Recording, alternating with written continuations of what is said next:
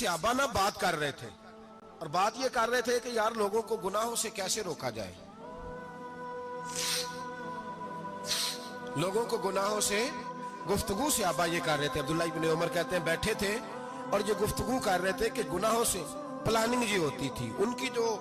محفلیں ہوتی تھی نا بیٹھ کے، وہ خوش گپیاں نہیں ہوتی تھی بلکہ وہ تبلیغ کی، جد و جہد کی، لوگوں کو برائی سے منع کرنے کے لیے بیٹھتے تھے، اس پر منصوبہ بندی کرتے تھے، پلان کرتے تھے، آگے ترتیب دیتے تھے۔ گفتگو ہو رہی تھی تو اب آپس میں بات ہونے لگی کہ کون سا گناہ زیادہ برا ہے جس پر سب سے پہلے کام کیا جائے۔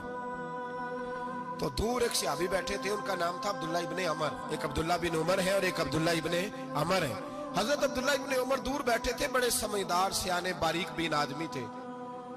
تو حضرت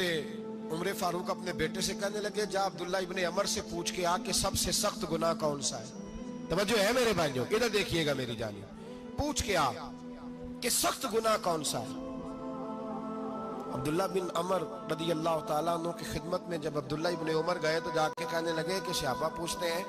کہ آپ نے زیادہ وقت گزارا ہے نبی رحمت صلی اللہ علیہ وسلم کے پاس، تو بتلائیے برا گناہ کون سا ہے، سب سے سخت گناہ، تاکہ سب سے پہلے اس پر پابندی لگائی جائے، اس پر محنت کی جائے۔ تو حضرت عبداللہ ابن عمر کہنے لگے صحابہ کو جا کے بتا دو کہ سب سے برا گناہ شراب پینا ہے، سب سے برا گناہ، اور یہ ام الخبائث ہے، برائیوں کی جڑ ہے، گناہوں کی ماں ہے، یہ بنیاد ہے، باقی گناہ اسی سے شروع ہوتے ہیں۔ کہتے ہیں میں نے آ کے بتایا تو حضرت ابو بکر صدیق رضی اللہ تعالیٰ عنہ سیدنا فاروق اعظم کہنے لگے خود جاتے ہیں، ان کے پاس خود جاتے ہیں، چونکہ ہم نے بات سننی ہے ہم خود جاتے ہیں اور ان سے جا کر کے سوال کرتے ہیں کہ اگر آپ کو اس تفصیل کا پتہ ہے نا تو اس کے پیچھے بھی کوئی تفصیل ہوگی جو میرے نبی پاک نے بیان کی ہوگی صلی اللہ تعالی علیہ وسلم، اس تفصیل کا بھی آپ کو پتہ ہوگا جو نبی پاک نے بیان کی ہوگی، اس بات کے پیچھے جو بیک گراؤنڈ ہے، جو پس منظر ہے۔ فرماتے ہیں کہ ہم اٹھے عبداللہ ابن عمر کے پاس گئے، ان سے جا کے پوچھا کہ جناب آپ نے یہ تو فرمایا ہے شراب ام الخبائث ہے، تو اس کے پیچھے پس منظر کیا ہے؟ تو عبداللہ ابن عمر کہنے لگے یہ میں نے اپنے پاس سے نہیں کہا، یہ میں نے نبی پاک سے سنا ہوا ہے۔ حضور سید عالم صلی اللہ علیہ وسلم بیٹھے تھے تو حضور نے فرمایا شراب، یہ نشہ، یہ برائیوں کی ماں ہے۔ اور پھر حضور نے ایک مثال بیان فرمائی، نبی رحمت علیہ السلام نے فرمایا بنی اسرائیل کا ایک واقعہ ہے، ایک خوبصورت جوان تھا، ایک عورت کا دل آ گیا اس پر۔ یہ یاد رکھ لیں، ہم لڑکوں کو منع کرتے رہتے ہیں لیکن ہمیں گھر کی بچیوں پر بھی توجہ دینی ہوگی،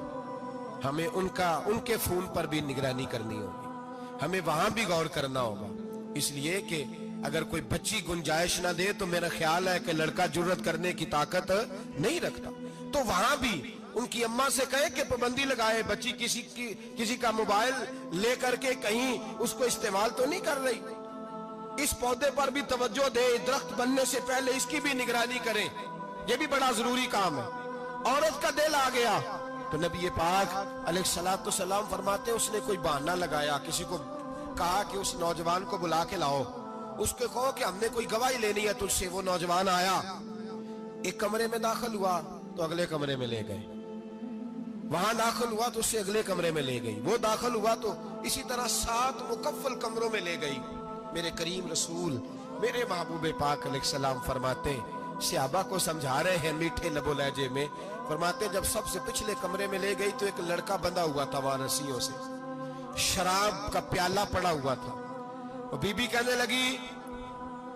کوئی گواہی شواہی نہیں لینی، تجھے اس لیے بلایا ہے کہ تیرے اوپر دل آ گیا ہے، اب میرے ساتھ منہ کالا کر۔ تو وہ جوان کہنے لگا نہیں،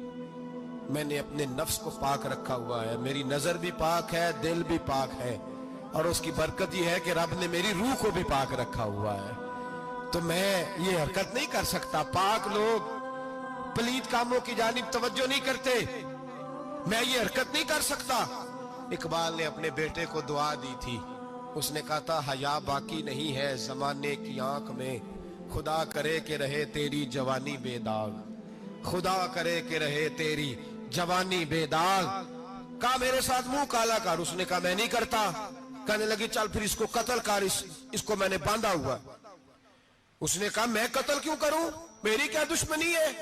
کہا پھر شراب پیو؟ کہا میں شراب بھی نہیں پیتا۔ تو کہنے لگی اب تو میں نے تجھے اپنے چنگل میں پھانس لیا ہے، اب تو یہاں سے بچ کے جا نہیں سکتا، اور اگر تو باہر جائے گا تو میں شور کروں گی، لوگ جمع کروں گی، اس نے میری عزت آبرو پہ ہاتھ ڈالا ہے، تو بچ تو نہیں سکتا، ایک کام تو کرنا پڑے گا۔ محبوب فرماتے اس نوجوان نے سوچا کہ زنا بھی بہت بڑا جرم ہے، قتل بھی بہت بڑا گناہ ہے، چلو اب مجبوری ہے تو شراب پی لیتا ہوں۔ لیکن وہ سمجھا نہ کہ شراب تو بنیاد ہے۔ اس نے ایک پیالہ جو پیا، کہنے لگا ایک اور دے دو، دوسرا پیا تو کہنے لگا ایک اور دے دو، اب 3 پیالے 3 بوتلیں شراب جو پی چکا تو خماری چڑھ گئی۔ اب اس عورت کے قریب جانے لگا کہ میں تیرے ساتھ زنا کروں گا۔ اس نے کہا جب تک میں قریب نہیں آنے دوں گی جب تک تو اسے قتل نہ کرے۔ اس نے اسے قتل بھی کیا، زنا بھی کیا۔ تو محبوب فرمانے لگے یہ قتل اور زنا جو ہوا ہے تو یہ شراب کی وجہ سے ہوا ہے، گویا شراب کو جرم ہے جو قتل بھی کرائے گی، جو زنا بھی کرائے گی۔ اور اگر آپ نشئی کو دیکھیں، اگر آپ شرابی کو دیکھیں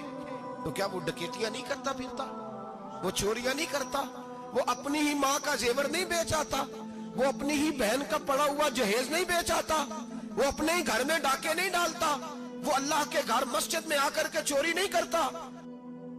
فرماتے صحابہ نہ بات کر رہے تھے،